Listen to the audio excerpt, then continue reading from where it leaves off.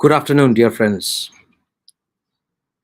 I've been making videos on religion for several years now, but I believe after years of making videos on the subject that those of us who consider ourselves to be ex Muslims making certain errors and mistakes in our propagation or in our preachings against Islam. My years of engagement on social media has given me experience in understanding how human mind works when it comes to social media interaction. Certain things we need to take on board. First of all, those of us who consider ourselves to be ex-Muslims, we are emotionally driven and we have reasons to be emotionally driven because we come from countries where freedom of speech doesn't reign. Most of us hail from societies where intolerance prevails. So, when we were growing up as Muslims, or even as people of other religions, we were not taught to tolerate others' opinion. Hence, whenever we were questioning certain issues of religion, we were either told off by our parents, by our elders, and we couldn't get any support from the government either when it comes to criticizing religion or even politics. So we were emotionally driven because whenever we were questioning it and we were not getting any answers, we were harassed. We were banished from our lands. And some of us were killed. So we have this pain in our heart. And when we got the opportunity of criticizing religion, living in foreign countries or living in relatively safer places, we used it. We engaged in counterattacks on social media, making videos. But obviously, none of us will support taking up sword to kill any Muslim. Often, I have seen that this would spill over into hatred for Muslims or people of other religion. And often, when we would criticize a certain religion, for example, Islam, fanatics from other religions would surround us and will support us, applaud us, when I would think that we were not going to criticize their religion. And if we, by any chance, started criticizing other religions, the fanatics of other religion would hound up on us as well. We do get death threats and harassments in thousands. But the question is why? Is it because the religion teaches primarily, or is it because lack of education, or for other reasons that they behave like this? Most of the countries where religion is relevant, very much relevant, are the countries where poverty cripples those countries. Poverty, lack of education, political turmoil, etc. You just Google the countries where religion, people are, mainly religious. You will see people are more religious in countries where people are poor. If you look at Saudi Arabia, they are going through reformation. They are becoming more liberal than many other Muslim countries. Why? It's primarily because the Saudis had sent thousands of young people to Western countries to educate them. So those Saudi students, when they came to the West, they educated themselves. They saw multicultural society. They learned tolerance, and they went back with their experience. And it helped the Saudi government to change their approach to Islam. It's not that they gave up Islam, but this education helped them moderate themselves. When religion becomes part of politics, it becomes poison. So politics and religion together, they give a reason for religious fanatics to preach their ideology because they want power. And the power exploiting religious political leaders exploit the downtrodden society wherever they are, from Indian Ajodha to Bangladesh's Kumilla's district, wherever. Politics and religion go hand in hand when democracy fails, where freedom of speech fails, where rule of law fails, sorry, where parliament fails. When a dictator rules a country for several years, say in Bangladesh or some other country where dictatorship rules for many years, and people can't find a way to protest or to have a go at the political power by means of political parties, they opt for religion. So religious political parties, religious groups become stronger where democracy fails, where rule of law fails, while parliament fails to enact good laws, where people fail to send their chosen leaders to the parliament through fair elections. So there are several reasons why religion becomes relevant in a person's life. We need to address that rather. What we are doing, we ex-Muslims, we are trying to get people out of Islam by going verse by verse. For example, saying this. This is a verse which is disgusting.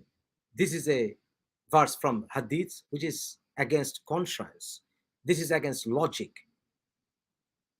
And we try to explain this to the mass because we have this blessing of internet now. When we talk, thousands of people listen from across the societies. So we don't know those people. Like, how can we know even a fraction of our listeners when we have thousands of viewers? We don't have any personal relationship with those viewers, with our audience. They don't know me personally. I don't know them personally. So there is no responsibility towards keeping this relationship. So when we are addressing complicated, sophisticated, delicate issues which require intellectual discussion, we are addressing an audience who are irresponsible towards me. So this creates problem. When you are, for example, you are discussing a particular religious issue with your friend who knows you for years, and you can sit down with him and discuss many complicated issues, and he will listen to you. You have to be, first of all, sure that he respects relationship with you. And then if you discuss with him a certain religious issue which you find to be disturbing, he will listen to you because he values the relationship. But someone who doesn't know you, who doesn't care for you, who doesn't give a damn about relationship with you, whose only interaction is through media, he will not hesitate to make an irresponsible comment on your social media blog. He will not hesitate to tell you off. He will not hesitate to insult you. He will not think twice. So I think that rather is counterproductive. That approach is counterproductive. Yes, we have been able to get thousands of Muslims out of Islam by our video makings criticizing Islam, but those who are leaving Islam or any other religion per se, they are doing it because they already had their conscience and logical mind somehow developed. They probably those understandings, those things were, sleeping somewhere in his heart. But through his education, by his parents or whatever, he already had that conscience built in him. So when you tell him like, yeah, Prophet Muhammad, he married Aisha when he was 6 and had sex with her when she was 9, you would find it to be disturbing, and he would probably leave the religion. But the idea that a man cannot marry or have sex with a minor was already there in him. He just simply didn't know that Islam was sanctioning that, or Islam was giving approval of that. He didn't know this. So he knew this and he left. So is that the right approach? Should that be like the right approach? Or shouldn't we rather leave it up to the person to whom religion is very important, but who doesn't know anything about religion? Because most of the Muslims are like that. Most of the Muslims don't know religion. They don't know their Islam. Most of the Bangladeshis never even read the Quran in their mother tongue. They memorized it. There are thousands, hundreds and thousands of Hafiz, or those who memorize the Quran in Arabic. But I have found them, most of them, not to know the Quran in their mother tongue. Quite surprising, but that's the fact. So they don't know. So what are we going to do? We are going to teach them Islam verse by verse, hadith by hadith, and tell them this is against conscience? No. Because you are addressing a crowd, most of whom don't know how to engage their analytical mind. They don't know how to do it. They may be doctors, engineers, lawyers, but still they can be academically brilliant, but they don't have the acumen, the intellect to engage their analytical mind. They don't know how to transfer their academic brilliance to understanding or deciphering religious instructions. They may be ritualistic. They might appear to be religious, but you will see they never studied their religion analytically. So what are you going to do? You're going to teach them one by one? No. It all comes down to teaching conscience. Can you teach conscience? How does conscience work? That is another thing which scientists really don't know. We can only inspire to use conscience. We have made hundreds of videos criticizing Prophet Muhammad, Islamic Prophet Muhammad, and his marriage with Aisha. But I have seen thousands of people reacting, Bangladeshis or Muslims reacting, saying that, so what? And they will come up with lame excuses that it was then, not now. Or they will come up with excuses like, oh, she was menstruating. But what we failed to do, we failed to engage more time into lecturing why a man, a grown-up man, can't have sex with a minor. Why not? Even if she is menstruating, apart from religious understanding, forget the religious instructions. Shouldn't we have had lectured about that more? That why can't a grown-up man have sex with a minor? Why not? We should have, we could have given arguments from medical science, from social science. Now, what happens to a minor boy or girl if she or he is sexually molested? What happens to him or her? What are the social effects?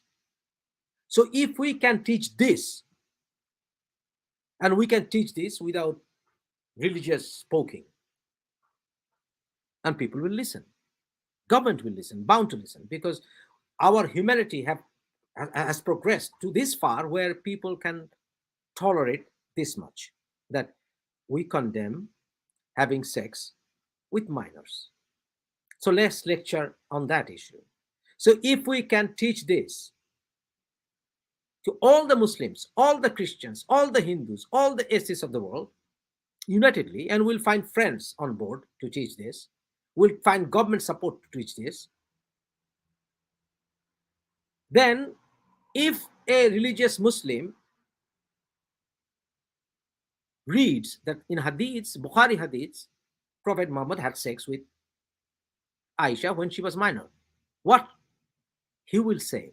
He will then find lame excuses or whatever excuses, or he will engage in mental gymnastics to either justify that, and still he will say, if he's convinced that having sex with minor is wrong, he will find an excuse to say, that was then, it's not now. Well, he will either say, well, she was menstruating, but this is not possible now, this is not acceptable now. Or he will say, I don't know, but I don't accept this. Or he will say that hadith is weak, even though that hadith probably is not weak. So what is my target? Is it my target to get him out of Islam? Or is it my target to make him aware of not that we should not have sex with minors? What is my target? Is my target to keep all people together irrespective of their religious differences? Or is it my target to particularly hunt down a particular religion? Which one? My target can't be to wipe out a certain religion, because religions are like viruses. They will change on shifting they keep on changing their appearance. They'll keep on coming up with new excuses. Even the Quranists, who call them Quranists, and they discard hadith, even I'm finding even them differing from one another. So it's all matter of opinion. So what are you going to do? First of all, you have to ensure rule of law. That, hey, you know what? If you want to force someone to listen something or listen to your way, if you want to preach hate, forget about religious instruction, I will have you arrested. So we need to enact hate laws, up-to-date hate laws, anti-discrimination laws. We need to enact freedom of speech laws. So if that is enforced, people will become more careful about becoming jihadi killers. Trust me, they may give slogans, you know what, cut down all Muslims, win this, do that. But in reality, they will not be brave enough to carry that out, except a few. So we need to develop conscience, understanding, logic behind all the issues of humanity that we have. We should teach, why can't we pick up a woman and rape her? Why can't we do that? What are the logics behind that? Why society rejected that? So if we can teach them that, why it is bad, then we don't need to teach someone, you know what, your prophet, he had raped Safiya after he had captured her in a war. We don't have to tell him that. So he will, if he still, if he's convinced that no man should rape any woman, and why not? No man should pick up and ravage any woman, why not?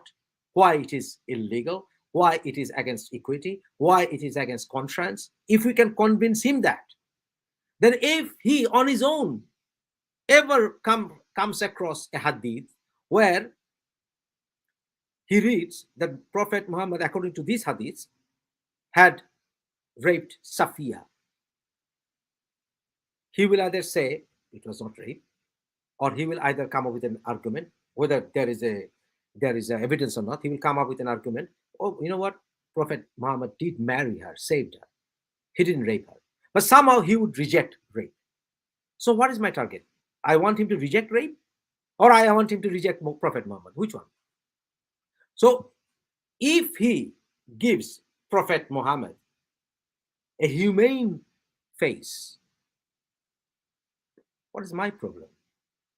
If it comes to a scholarly debates, then that's a different issue. Or we'll have a scholarly debate where people, where guests and audience will be from chosen, from a chosen audience or filtered audience, because we don't want killers to come into the, into the auditorium. Then we can have a scholarly debate. That's different. But what is the purpose of that scholarly debate? When everything is, full of, the whole religious things are full of lies. So instead of poking particular religions from particular verses, we should rather try to develop their living standards.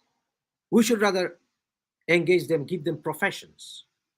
People, if they find teaching religious garbage is rewarding, why should they care for your words? Because if you are trying to get him and his followers out of religion, you are kicking his tummy, his livelihood. His livelihood is more important than probably deep down than his greed for 72 houris or virgins. Have you given him an alternative profession? Have you given him an opportunity where he doesn't have to make religion his livelihood? You are saying slaughtering animals to please God during Eid al-Adha is wrong. But my question is, have you given an alternative to those businessmen who are waiting for selling the skin of the animals? Because they are, in Bangladesh, this skin, animal skin, is a big business. And they wait for Eid al-Adha, where thousands, hundreds and thousands of animals will be slaughtered, and they will get the animal skins so that they can sell it abroad by making shoes and everything. So what do you think they will say if you stop Eid al-Adha? Say no more cow slaughtering. They will hate you. So have you given them then another opportunity, another alternative? No. So instead of going verse by verse, which you can do by all means, you have the liberty to do that. I mean, I have done that, and I have deciphered every verse of the Quran historiographically, theologically, scientifically, and I have seen that people, even scientists or doctors, they will say, "Oh, Quran is miraculous." My question is, why? What am I going to do? Am I going to teach him science? No. Am I going to teach him how to engage logical mind? I think that's the best option to do. So we need to lecture, we need to teach them, we need to teach our future generations how to develop the analytical mind, how to become economically free and independent, how to develop conscience, how to develop tolerance, and why, how tolerance is rewarding. We should rather concentrate on that instead of poking certain religions, because poking certain religions should be the job of other religion. It's an interreligious thing. Christian monks should be poking to Islamic imams should be poking Hindu Pura. It's just, that's their way. Let David would poke some imam from Pakistan. It's not, should be my way. My way should be more intelligent way, more 21st century way. My way should be more intelligent way, more educated way. Why is that? What are the main reasons in people's lives religion and God becomes more relevant? When doctor comes and tells you, sorry, we tried our best, your dad is dying, we don't have any other medical knowledge to help him, sorry, he's going to die. Then God becomes relevant to you because you are helpless. So help people from helplessness, help people from being too poor, help people to get out of poverty, help people to become more educated and more analytical. Just being academically brilliant, but it's not good enough. We need to teach our children how to develop analytical mind from the very childhood. Why tolerance is important. And for this, we might not get our political leaders on our side because our political leaders in developing countries use religion and they find it to be rewarding because religion controls big masses. So if they control the religious leaders, they control the big mass. So they find it not rewarding to become secular. So how to influence secularist politicians, how to unite them. That is the job of offline activity. We need to create a syndicate rather, of secular thinkers or liberal Muslims, liberal Christians, liberal Hindus who are against fanaticism for whatever reason, even if their religion teaches them secularism or not. But there are religious people who believe in religion, who believe in secular politics. There are non-religious secularists as well. So we need to approach this issue grammatically, more methodically. So what do we need to do? We need to, first of all, if you are from Bangladesh or a particular Muslim country, you must not act alone. If you do, then you are going to face obvious death threats. Your life will become miserable. They will try to hunt you down because they're emotional driven. Why are they emotional driven? Vast majority of them because they don't know how to use an analytical mind. They're uneducated. Or even if they're educated, they don't have any analytical mind developed in them. They don't have conscience working. They never read philosophy. They never read literature. They never cared for art, music. So you need to find people who already have their conscience developed. You can do that. You can find authors, thinkers, politicians, lawyers, doctors who think like you. So find them. You don't have to make a group. You don't have to make a society to do that. You can somehow create an invisible thread of connections. By my online activities, I have met thousands of people who are professors, politicians, lawyers, doctors, engineers, army officers, diplomats who are saying, Mufassil, I love the way you criticize religion. But they don't know each other. For example, an army brigadier who is free thinker, irreligious, and again another army officer who is a major, who is religious man but also believes in engaging with irreligious people. You can help them meet each other. You don't have to create a group.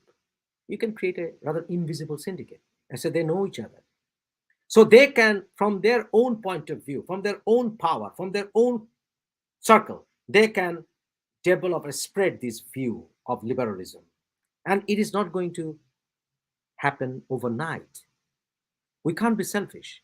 It might take generations to come to a position where Europe is now, where America is now, where Canada is now.